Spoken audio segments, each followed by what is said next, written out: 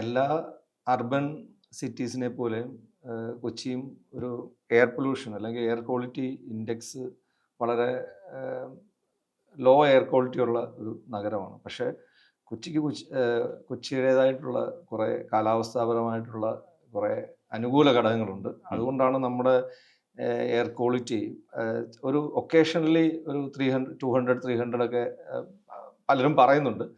പക്ഷേ എന്നാലും അതൊരു വലിയ ഒരു ഹെൽത്ത് കൺസേൺ ആയിട്ട് അല്ലെങ്കിൽ വലിയൊരു വിഷയമായിട്ട് വളരാത്തതിൻ്റെ പ്രധാന കാരണം നമ്മുടെ ഈ കോസ്റ്റൽ പ്രോക്സിമിറ്റിയും അതോടൊപ്പം തന്നെ ട്രോപ്പിക്കൽ റീജിയൻ ഇപ്പം കമ്പയർഡ് ടു ഡൽഹിയുടെ ജോഗ്രഫി എൻ്റയർലി ഡിഫറെൻ്റ് ആണ്.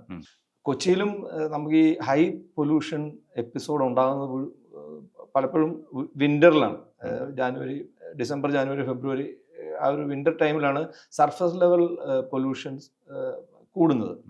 അപ്പോൾ അതിനും കാലാവസ്ഥാപരമായ കാരണം എന്ന് പറഞ്ഞു കഴിഞ്ഞാൽ തെർമൽ ഇൻവേർഷൻ എന്ന് പറയും. ഇപ്പം ടെമ്പറേച്ചർ സർഫസ് ലെവലിലെ താഴേന്ന് മുകളിലോട്ട് ഉയരുന്ന വഴി ഈ പൊല്യൂട്ടൻസ് ഡിസ്പേഴ്സ് ചെയ്യാതെ ട്രാപ്പ് ചെയ്യപ്പെടുന്നത് കൊണ്ടാണ് ഈ സർഫസ് ലെവൽ AQI കൂടുന്നത്. പക്ഷേ ആ കൂടുന്നത് വളരെ ചുരുങ്ങിയ മണിക്കൂറുകൾക്കേ ഉള്ളൂ.